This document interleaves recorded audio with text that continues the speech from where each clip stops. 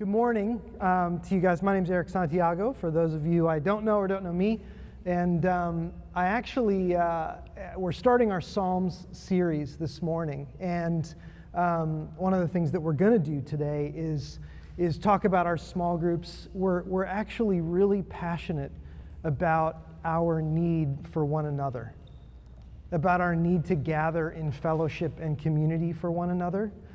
And that is actually a complex prospect in this day and age because we haven't even been able to get together. We've had all kinds of restrictions and rules that have stood in the way of us just simply getting together. But I actually, as we start the Psalm series this morning, I actually brought a chair. Not because I'm tired, though I am. I just think a lot of us are.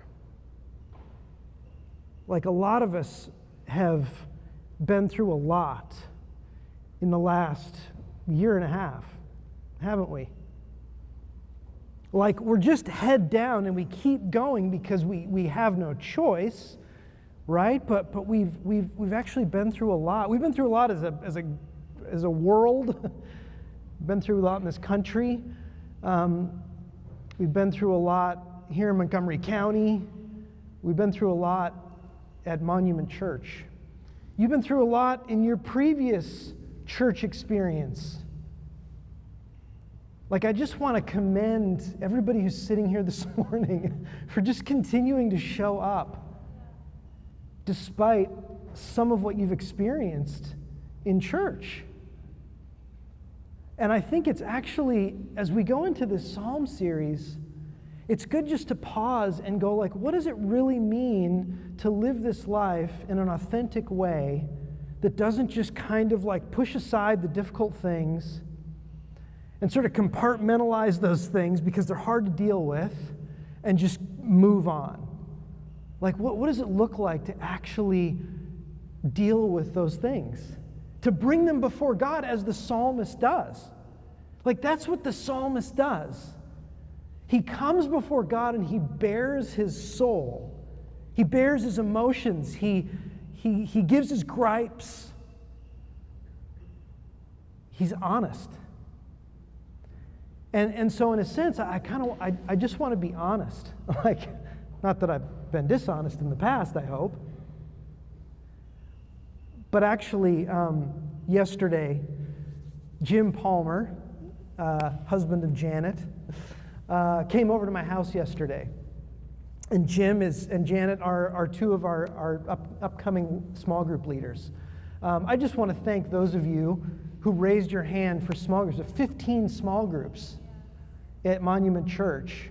And actually, it's very easy to be kind of standoffish or to back off when it comes to small groups right now. But people said, we want to lead. And Jim came to me, though, and he said, listen, I need to talk to you. I asked him if I could share this story, by the way. Right, Jim? I'm good. And he just said, I don't know if I'm your guy. I don't know if I'm going to make a good small group leader. And I was like, okay, well, tell me, is there sin in your life, Jim? Tell me, what is it? He said, I'm struggling. Like, I'm really wrestling with some things. I'm wrestling with church a bit right now. Like, I'm wrestling with my past church experience. I mean, I came off a decade of a pretty difficult experience. And so I want to talk about that. So, like, if people come to my house and they want to talk about that, like, I want to talk about that. And, like, is that really what you're trying to do here? And I just said, well, tell me this, Jim. How do you feel about Jesus? He goes, I love Jesus. He goes, and I love the church. The church is God's plan A. Like, where else am I going to go? So I just thought, so here's a guy who's struggling. He wants to be honest and open and authentic. He loves Jesus and he loves the church, and he's willing to gather people in his home. Jim, will you be the poster child for small group leaders?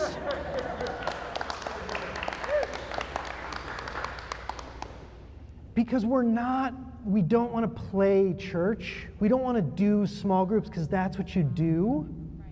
We want to get together and we want to share the stuff of life together. The stuff that we kind of tend to tuck away because we just don't even know what to do with it.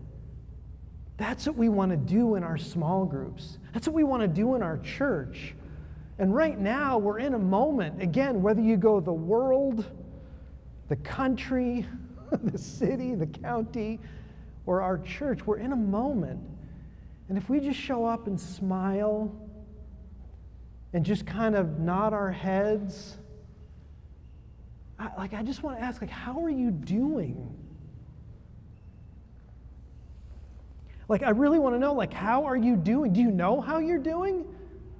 I have a friend who's a therapist, and he says, oftentimes I have to get out a sheet with feelings on them when I ask people how they're doing, because they actually don't know how to identify how they're feeling.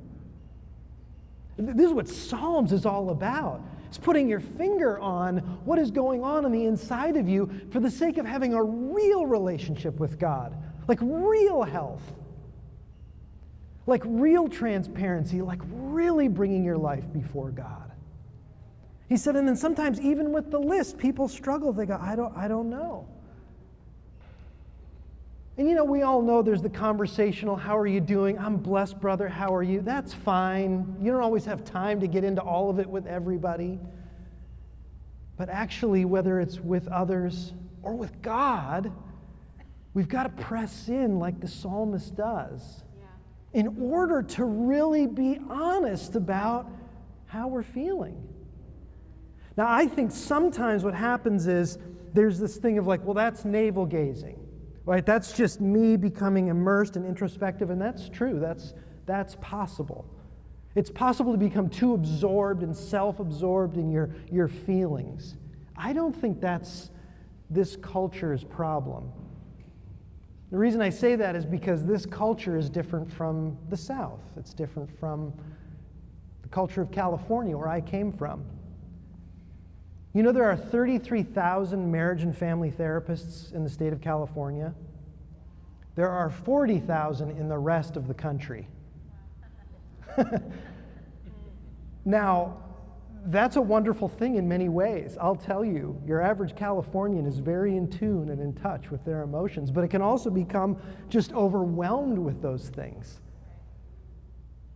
It actually used to be that there were more marriage and family therapists in the state of California than the rest of the country. That's changed a little bit, and I'm grateful, because the tide is turning, that we're actually becoming attuned and alert to how we feel and dealing with that. That is very spiritual. It's very spiritual. Pete Scazzaro wrote a book called The Emotionally Healthy Spirituality. I highly commend it to you.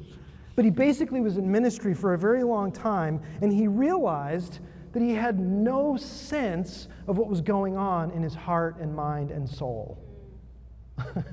That's why we named this series Mind, Body, Soul, Spirit, Jesus. All of the things that it's kind of a takeoff on New Age, right? Because there's this promise of we're going to revitalize and holistically bring meaning to your mind, body, and soul. But actually, Valerie came up to me last week and said, that's not even the right order. Spirit comes first. But the truth of the matter is, at the end of the day, the only way that we really address the ills and the needs and the hunger that we have on the inside of us is through the Word of God and through our communion with Him. But first, we've got to be honest about these things. So I just want to pause and go, how do you feel? It's not a trite question. This isn't group therapy, and yet, in a sense, it's us being vulnerable with one another for the sake of accessing our emotions and touching them by God's Spirit. Do you do that? Do you do that? Do you know how to do that? I got to admit, I have struggled to do that in the last few months. Life has been absolutely overwhelming in so many ways, and I have neglected the care of my soul. That's not self-absorbed or selfish. That's actually just healthy. See, because a lot of us, we have this thing that I would call strategic denial. Dan, you can put that slide up. It'll just help us. Strategic denial is this. we just can't deal with everything all the time, so we just kind of tuck it away, right? I mean, I've talked to some people recently, like, I compartmentalize well. I'm like, really? Do you? I think I do too. But do you? Like, do you really compartmentalize well? Chances are you either do or you don't, but you think you do. And what winds up happening is the things you think you've kind of tucked away neatly are just leaking into everybody else's life in an unintended way. It's almost like putting a box of rotten eggs in your kitchen, and then people come in and they go, "What is that terrible smell?" And you go, "Oh, no, it's a box of rotten eggs, but it's sealed away." And they're like, "No, it's not. It stinks." Like, we stink sometimes because we've taken these things that are difficult to us and for us, and we've just kind of thought we tucked them away and moved on. And we have to. We can't always deal with everything all the time. But at what point do you pause? Do you take a deep breath and you actually bring these things before God? Bring these things before one another, not everybody all the time. But my experience of living in 12 years in California is, man, generally your average person was just willing to go there and just kind of get into it. And, you got a barista, a mechanic, and a therapist. And it was like that, you're in deep. But my experience here is people are pretty buttoned up. I think I'm probably more buttoned up. I like to, have it all together. And so we don't want to just sort of unravel and splash around in the mess of all of our difficulties, but actually, if we don't bring them to bear, the Spirit of God and one another and God Himself just don't have an opportunity to really access what is going on the inside of us. We have to bring it to bear. Now, I know some of the guys are thinking, yeah, we don't really do that. Like, if I'm dealing with stuff, I'll work out, or I'll use power tools, or go hunting. Right? I mean, come on, guys. It's like, we don't really talk about emotional stuff. That's, my wife does that. I sort of bear it. But actually, the Psalms, half of them were written by David, King David. And you'd be hard-pressed to find a tougher dude in history, right? As a young man, he killed a beast of a man with a slingshot. He killed a lion and a bear with his own hands. He was the king. He was celebrated. He was a fierce warrior, and he wrote half the Psalms. See, the Bible doesn't believe this thing of like men don't have to get tender or vulnerable or reveal their emotions. This most significant book is completely dedicated to exactly that. In fact, none of the Psalms were written by women. All of them were written by men. And that's what I want to do here, is not just men, but women, but all of us, to engage you in the very real need, especially during this time, with all of the pain and the difficulty of life that we're dealing with, to open our hearts to God. We are in such desperate need of this, aren't we? I mean, I don't think I've preached in a while and I've seen so many nodding heads. It's just like, this is like air to my lungs. I need this. I need the Psalms. I don't even know why or what or how, but I do. I need this. And this is where real strength actually comes from. It's not white-knuckling it. It's not stiff upper lip. It's not just glossing over the things that we're experiencing and not sharing them with one another or God. This is my opener on Psalms, you guys, because I just want you to lean in with me, because I am so in such desperate need of this right now. I really am. Aren't you? Because what winds up happening is, in the midst of emotional difficulty and pain in life, is we often turn to a variety of different things, don't we? We either bottle it up, compartmentalize, look the other way, move on, work, we become workaholics, we become alcoholics. We become addicted to pornography. We become all of these things that God is like waving his arms going, no, no, no, it's over here. It's over here. Tuck into these Psalms. Because actually the Psalms themselves are so unique. They were not meant to be just read. They weren't even meant to be just spoken. They were meant to be sung. Our prayers are meant to be intertwined with these Psalms. We're to read them and then drop in our own prayers and then pray the words of them up to God in song. And actually, without this, we won't have a fighting chance. We really, really won't. When I am desperate, when I don't know what to read or pray or do, I open the Psalms. Let's make that our habit. Let's just apply ourselves to that habit. And God will begin to revolutionize what's happening on the inside of our lives. I know many of us are struggling. We don't even know with what. Some of it, we know exactly what it is. It's job stuff, relationship stuff, financial stuff, church drama. Can I have less church drama, please? I can't tell you how many people I've talked to that say, I just want less drama.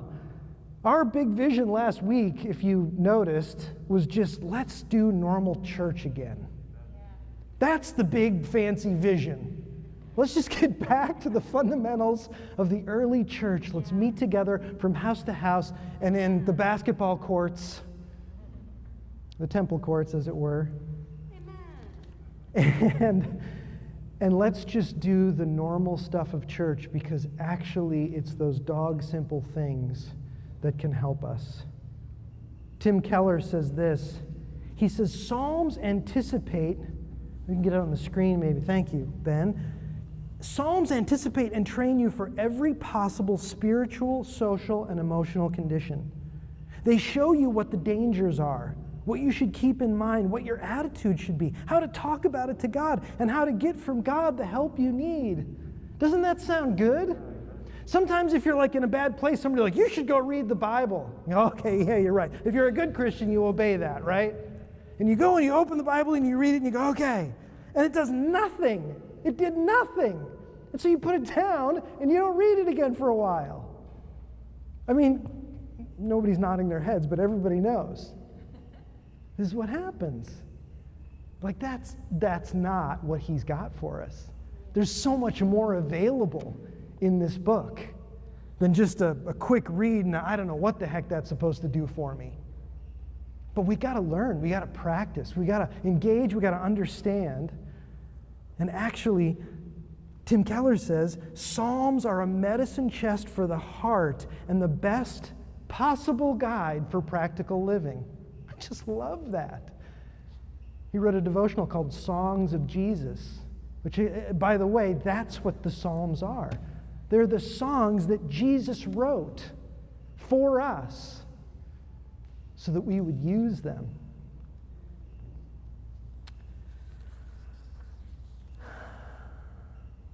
I want to look now for a moment, as we just continue to talk about these things, at Psalm 103.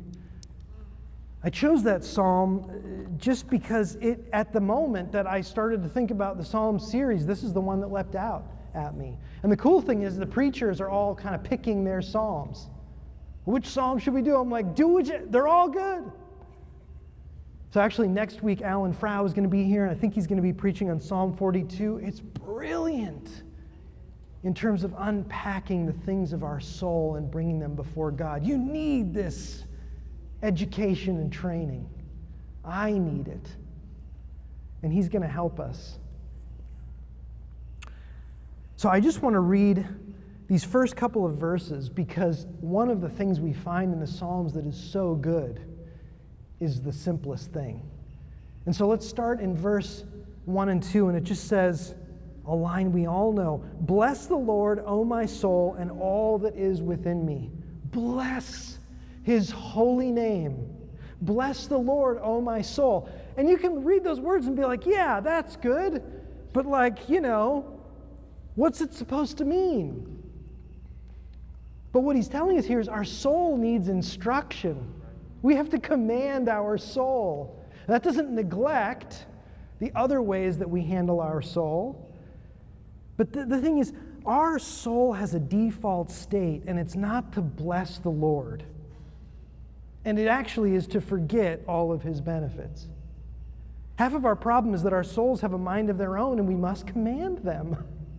That's one of the most helpful things in the Psalms. It's not the only thing we do when we come before God, right? I mean, there are other things that the psalmists do. Psalm 42 that I just mentioned. He says, "Why are you downcast, O my soul? Why so disturbed within me?" This is a searching of the soul. Again, we'll get into that more next week. I don't want to steal his thunder, but there are different approaches to the soul. Yeah. But they're all approaches to the soul that we need desperately. Recognizing the power that we have to manage our souls is one of the most important aspects of our relationship with God. Another one is that we actually just plain forget who God is. Right? Do you know that's true? Do you know that our default state is to actually just forget who he is? We will drift. If we're not reminded or remind ourselves, reminded by somebody or reminded by Scripture, we will just forget. And so David here says, "And forget not all his benefits." All his benefits. Oh my gosh, they're too numerous to list, but we forget not all his benefits. He forgives all your iniquity. He heals all your diseases. Oh, that's right. I remember this now because I had forgotten. David speaking to himself. He redeems your life from the pit. Do you feel like you're in a pit at the moment? Well, he redeems our lives from the pit. He crowns us with steadfast love and mercy. He satisfies us with good so that our youth is renewed like the eagles. I got to lean on the good doctor again because Tim Keller says this: biblical meditation, unlike the popular varieties of meditation, it's not a relaxation technique for emptying the mind, but rather one that fills it with truth, using thought and memory to set your heart on fire. Oh, that sounds good. We're not simply to read Psalms, we're to be immersed in them so that they profoundly shape how we relate to God. The Psalms are the divinely ordained way to learn our devotion to our God. We were visiting college campuses with my daughter who's looking at different schools, and I won't say which, but they had like a spiritual center on the campus, and it was, welcome to all faiths, which is great. And out in front of it, it had this infinity walk, as it's called. Maybe you've seen these things. And I was just kind of fascinated. I stopped on the tour, and I just looked at this thing, and it was like a maze that kind of went around, and the idea is that you walk on the maze as a means of meditation, which is interesting. It's cool. I like walking and meditating. I like walking in the woods.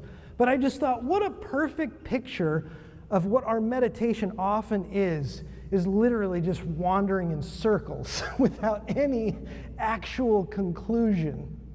Like, what does that do for us? Do you often feel like your meditation, your prayer, your intentional times with God are just wandering in circles, and then you're left at the same exact spot? He wants to help us do better with it. He wants to help us not just wander through an infinite maze in circles and come out the same on the other side. He wants to change us. He literally wants to change every single person in this room. Not because you're bad, but because he loves you. And we can just cling to that. We can just revel in that, enjoy that, and love that. And the things that we need to remember about God are not just nice to haves, they're the very fundamental things that we desire in life. I mean, think about this. Can you imagine Jesus praying and singing these words to himself? Like, he did that. Jesus needed to remind himself of who God is. And that might be hard for you to wrap your mind around, but he was often withdrawing to do that very thing. He was commanding his soul, which was human, and he was God. But insofar as he was human, he had to do all of the same things that we need to do in order to live according to God's will. Isn't that wild to think about? So he wrote these songs, and he's singing them to himself and to God. Bless the Lord, O my soul, and forget not all of his benefits. Did Jesus really need to remind himself of that stuff? Absolutely. Because it says in Hebrews that he was tempted in all of the same ways that we are, and one of those massive temptations is to forget. And we need to remind one another. Such a benefit of our small groups. These small groups are intended to create a holistic life for every one of us. And I'm so tired of that being used as a word to describe something that is pathetic and not holistic, that does not actually touch and satisfy every area of our lives. I want to just jump ahead to this portion here where it actually, David is helping to continue to help us understand God's behavior, especially as it contrasts with our own. In verse 8 it says, the Lord is merciful and gracious, slow to anger and abounding in steadfast love. We are often quick to anger and pretty short on love, right? We actually just need to be reminded of who he is so that it is transformative in becoming who we are. It says he'll not always chide nor keep his anger forever. He does not deal with us according to our sins, nor repay us according to our iniquities. For as high as the heavens are above the earth, so great is his steadfast love toward those who fear him. I mean, what is David doing here? You see, I think this little portion could read a bit differently if he were honest, right? Like he could, in forgetting, say, man, the Lord is not merciful or gracious. His anger is on a hair trigger, and he's not loving. These are the things that we're often kind of thinking in our own hearts and minds. He's constantly disciplining me. It seems he'll be angry forever. He punishes me for every sin. He makes sure that we don't get away with anything. Isn't that sometimes how we feel? And actually, we just need to counter that. Dive into the Psalms and go, no, here's what's true. Here's what's true about God. And the wind of refreshing comes into our souls, and it addresses the things of our hearts. There's so much here, and we've got a series to unpack it, and so I'm going to just kind of race ahead to the end of the psalm, because what I would like to do is I want to bring up our small group leaders at the end here and actually just have them tell you about what's going to be going on in their small groups. Now, we know that we kind of did this real quick in terms of getting small groups going, and we want to give them a chance to succeed. Okay, so we're going to delay the start until the first week of October. And I haven't even mentioned that. Sorry, small group leaders. We just thought, man, we want to set these things up for success. We don't want you sitting, praying with your wife at your house. I mean, do that, but not when you're supposed to have another bunch of people there. And we're just getting things going. September is a busy time. If you've got a group, go for it. There's a lot of flexibility here. We're in a pandemic. If you want to meet outside, if you want to meet in your garage, if you want to meet on the roof, it doesn't matter. If you want to meet once a month, it doesn't matter. We just want to get people going on this thing we've been so desperately missing. So I do, in just a moment, want to bring our small group leaders up and just give them a few seconds to say hello. Because what you've got here, too, on your way in, this is the groups. Now, you can sign up through the app. That does not seem to be a very popular means of signing up. That's okay. We want to keep pushing you to that. But then this sheet that you got on the way in is the way to sign up for one of the small groups. Just hand it in at the end, and we'll get you squared away. But we just want to get this going, guys. We want to get prayer going regularly. We want to get small groups. We want to do the stuff of normal church. It's health and life to us. The last bit is that I love David, who starts actually in bless the Lord, O my soul. Now, it's easy to think that David just drifts into prayer from the mountaintop, right? Isn't that what we think? Like David, his proclamations are so beautiful, he must just drift into this prayer from the mountaintop. Bless the Lord, O my soul. and all that is within me. I actually imagine this quite differently. I imagine this, bless the Lord, O my soul. I don't imagine him coming from the mountaintop. I imagine him crawling out from under a rock. So if you feel like you're under a rock, this one I think is for you.